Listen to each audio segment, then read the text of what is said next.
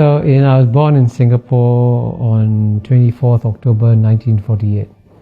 So I guess I've lived in Singapore almost 70 years now.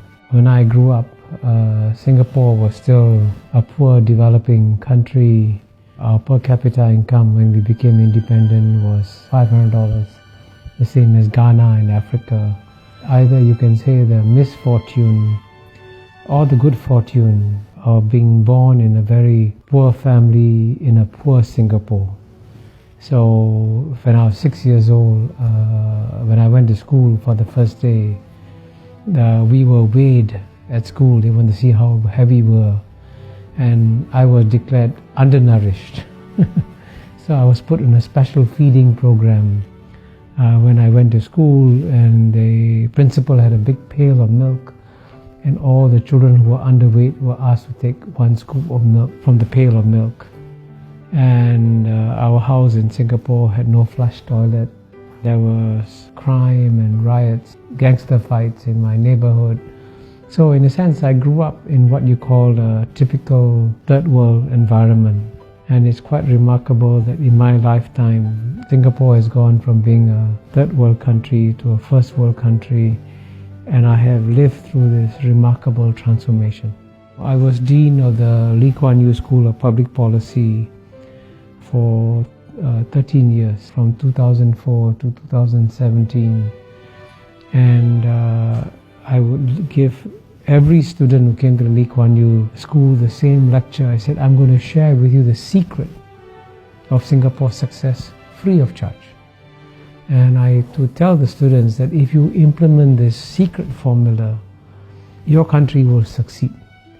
And I capture the secret formula with the acronym in English, MPH. The M stands for meritocracy. Meritocracy means that you select the best people to run the country. And what brings many countries down, especially in the third world, is that when it comes to selecting the finance minister or the economics minister, they will give their jobs to their brothers, their cousins, their uncles, their relatives, and not to the best people. And Singapore did the exact opposite. In Singapore, the jobs were given to the best people. And in the case of the Prime Minister, Mr. Lee Kuan Yew, Mr. Lee Hsien Loong, when he went to study in Cambridge University, he was the top student in the class, if not in the university. In fact, his professors were so impressed, they said, you should become a mathematician because you'll become a world-class mathematician. Then he went to study in another great university, the Harvard Kennedy School. And in that university, he's one of the few students to get an article published in a Tier 1 economics journal. Very few students get articles published in a Tier 1 economics journal. So he's incredibly brilliant. And so if the best man of the job is Mr. Lee Kuan Yew's son, then he should be selected. Not on the basis of the fact that he's a relative, but on the basis that he's the best person for the job. So meritocracy is the first pillar of Singapore's secret formula. The second pillar is P, and P stands for pragmatism. Pragmatism is an English word, and it's an English concept.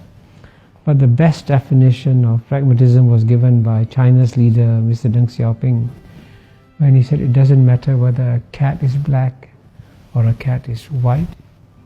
If the cat catches mice, it is a good cat. So in the same way, it doesn't matter what your ideology is. If it works, you use it.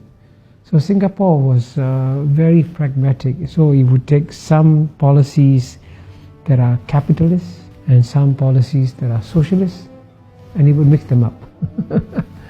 And that's what pragmatism is about. You're not bound by any ideology. But the third pillar, the H, is of course the hardest to achieve, because H stands for honesty. And indeed, what has brought most third world countries down and what has led to their failures in development has been corruption. And so Mr. Lee Kuan Yew, after he became Prime Minister, made it a point to punish not the junior people, but the very senior people.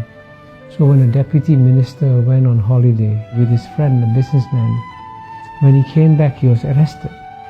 And so he said, why am I being arrested? He says, you went on a holiday with the businessman, he paid all your expenses, that's corruption. You go to jail. So when a deputy minister is sent to jail, then everybody says, oops, I got to be careful, I can also go to jail. So that honesty factor is one critical reason why Singapore has been exceptionally successful. So it's a combination of meritocracy, pragmatism and honesty, then that's the formula for Singapore's success.